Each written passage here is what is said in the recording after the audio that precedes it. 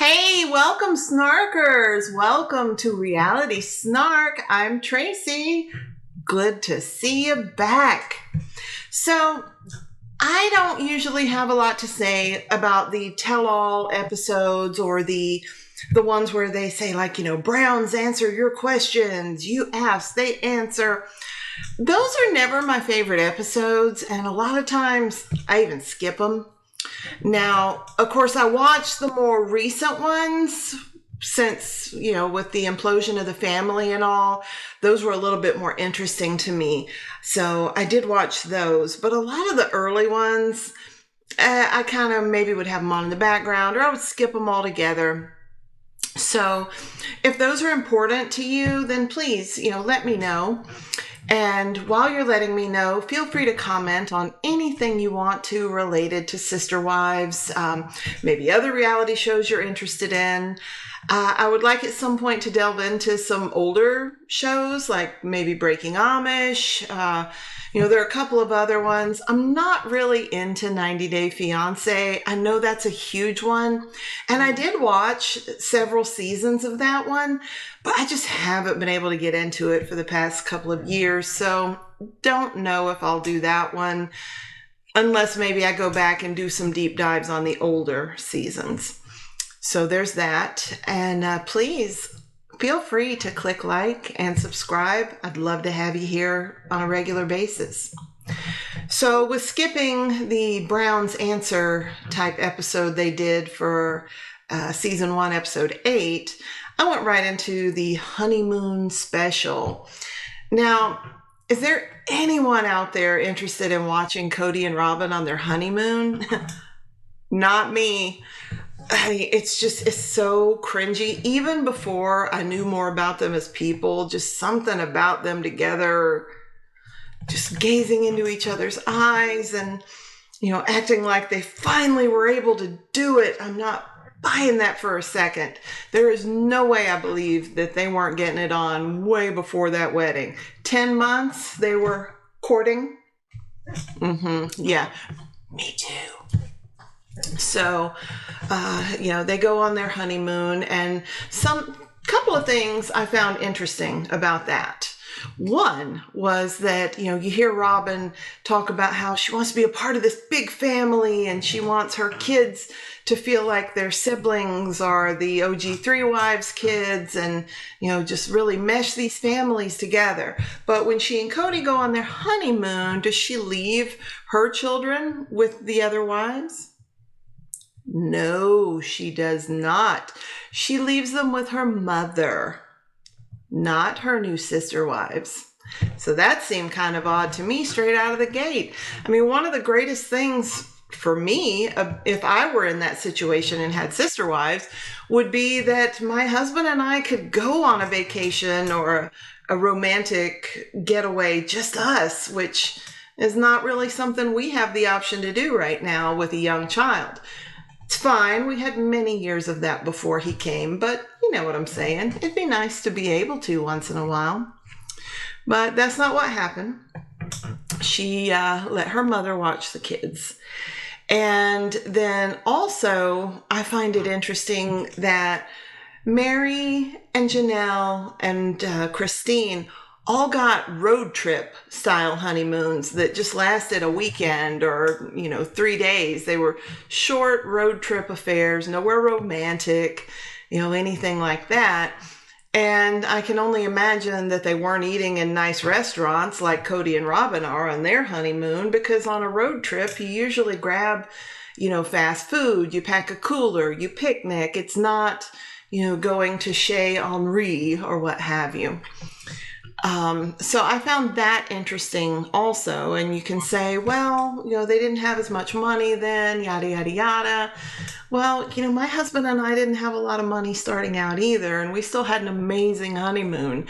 And we definitely went out for some nice dinners and things like that. And I know you can't compare your experience to everyone's, but I have to say, if I were in Cody's shoes and I had 3 prior wives and they had gotten a certain type of honeymoon, I think I'd tell Robin, listen, I love you. I'm happy to be married to you, but I can't take you on a romantic beach getaway for 11 days when my other wives got basically a long weekend driving up to Wyoming. I wouldn't be able to do that. But, this is Cody. And he said that he felt like he was a 12-year-old boy on his wedding day. And I think, like I said, that's a good way to describe him, as a boy and as a prepubescent boy, because he doesn't really seem to think when it comes to women. We see a lot of footage of them on their honeymoon. They go surfing. Cody flexes his muscles, which impresses no one, not even Robin, I don't think. She looked pretty embarrassed when that was going on. I know I would have been. And we see them just, gazing into each other's eyes, going to nice restaurants. They go on a safari where they try to relate everything to polygamy. Rhinos have tight female groups and just one dude gets to hang around, and lions have many females in their pride to just one lion who is the head of the pride. Of course, everything's polygamy, and Cody all jokes around with the safari hostess and tells her, you have no idea. Yeah, lucky for her. Can't imagine why she thought those TV cameras were following y'all on your honeymoon.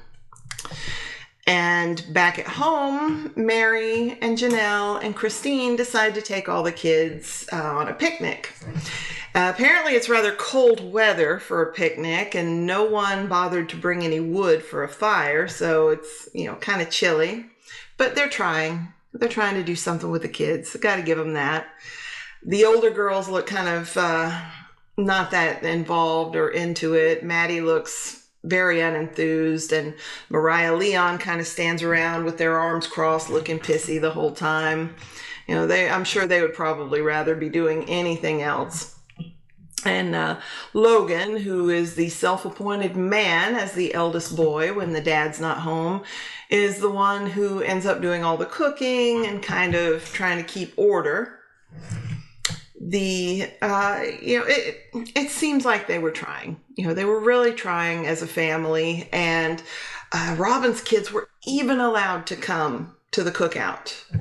Shocker. I can't believe she allowed that. But they were allowed to come on the cookout, and, they were there with their new siblings. The whole dynamic seems like it could almost work. It really does, because it seems like these wives are so invested. But if you really listen, you can hear all the indoctrination, for lack of a better word, and brainwashing, not to be redundant. They talk like, well, this is the way it has to be, and yada, yada, yada. And I really feel sorry for these women that they don't seem to know any better, that they don't seem to know that they're kind of being thrown over. Christine kind of knew. Janelle says she's having a really hard time with Cody being gone for so long. 11 days is a long time to be away from your husband, especially when you got all these kids. And Mary says she misses Cody. Christine says that she's actually, dealing with it well now that they're married. And every time they cut to the cringy footage of Cody and Robin, I'm just like, oh my gosh, if these women saw this, they would be really nauseated. There is one funny clip where they're thinking back to the wedding, and they're showing Cody and Robin embracing by the cake and everything. And you see Logan, it kind of slow-mos on Logan, and he's pretending to puke. That was fantastic. I don't know if I ever noticed that before until I went and did a rewatch recently. That was really, really, really funny to me.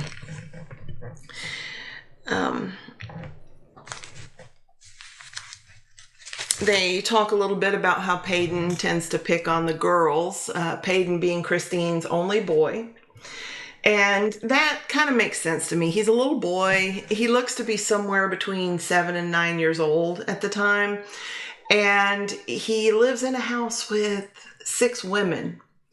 I can see where he might kind of get a little antsy and a little rebellious and a little irritated at being the only boy. He lives in a house where there is an infant, little girls younger than him, then some teenage girls, and his mother. I mean, I can't imagine what it would be like. Oh, wait, I can. I kind of was living in a situation where I was outnumbered for a long time.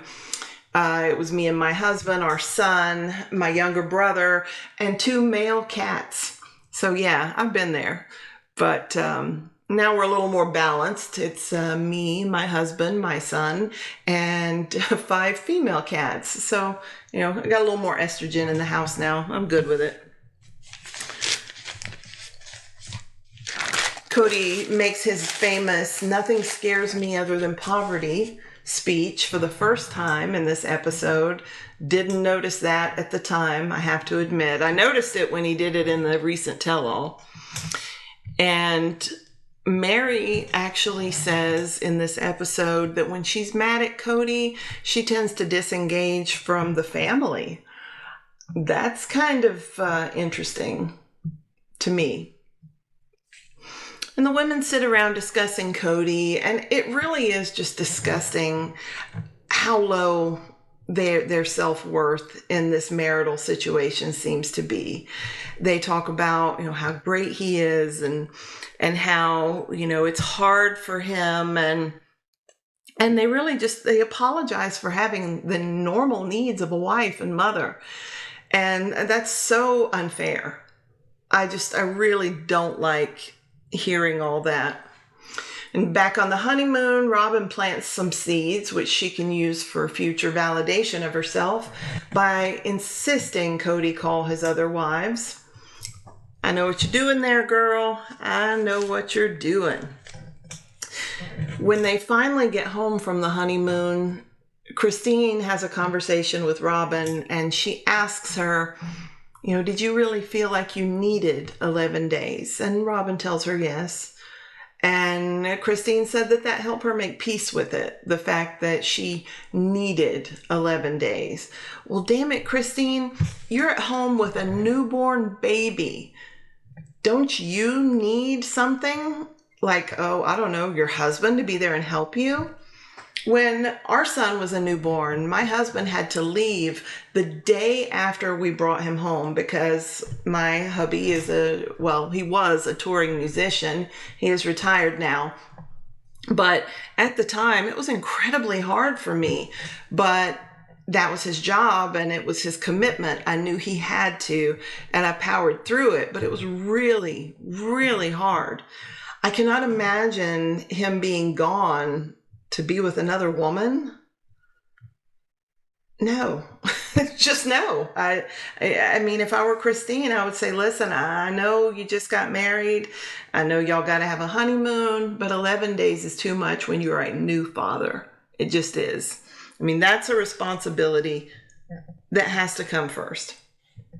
Robin talks about how one of the things that made her fall so in love with Cody was the fact that he is so in love with all his wives and how he treats them and how he's good to them and how they've all got such great relationships. Now later, she will make the comment that when she first got together with Cody and saw that he was still in love with these other wives, even though they had gained weight and had stretch marks and were irritable sometimes. Oh my gosh, you have several of a man's babies, you're gonna gain some weight and get some stretch marks. Hell, even if you don't have babies. At the time, Robin was in her, her early 30s, I think. Or maybe she was just 30, and these other women are in their late 30s, early 40s. They've had babies. I mean, you're going to start to gain weight. You're going to start to get lines on your face. It happens to us all. It's happening to me right now. And for her to look at these other women and say those things is just, I mean, it might be one of the reasons she's aged so poorly because, man, in the beginning, Robin was almost cute in kind of a homely way. And now she's looking rough. I mean, I'm not trying to be mean, but Robin's looking really rough, so maybe she shouldn't have been so judgmental. It struck me in this episode that I can already see Cody's his kind of need for control. They have a family gathering when he and Robin get back, and I mean, of course, the man of the house has to have some control. The father of the family needs to be in charge. I'm fine with all that.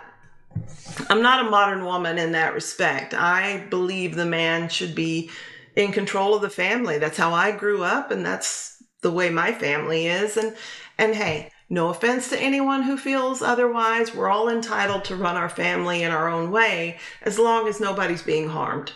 But he gets to the point where everybody can't look at something until they're all facing a certain way, and I want everybody to do this right at this time, and you see a lot of this as the show goes on. Everything's got to be Cody's way, and boy, if it isn't, does he get his little feelings in a twist.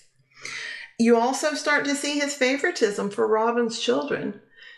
Every time I see him in this episode and he's got his arms around someone or is hugging someone, it seems like it's one of Robin's kids. There might be one or two times I see him go to embrace another child, but it's mostly Robin's kids. Now, yes, we're only seeing what the camera crews show us, but it just seems like one of those children is always right there, right at his side. Maybe I'm wrong. You tell me. But one thing I'm not wrong about is that if you are struggling with your mental health and if you are having dark thoughts, there is help out there. And I urge you to please call 988. You are needed. You are necessary. And you are loved. See you next time, guys.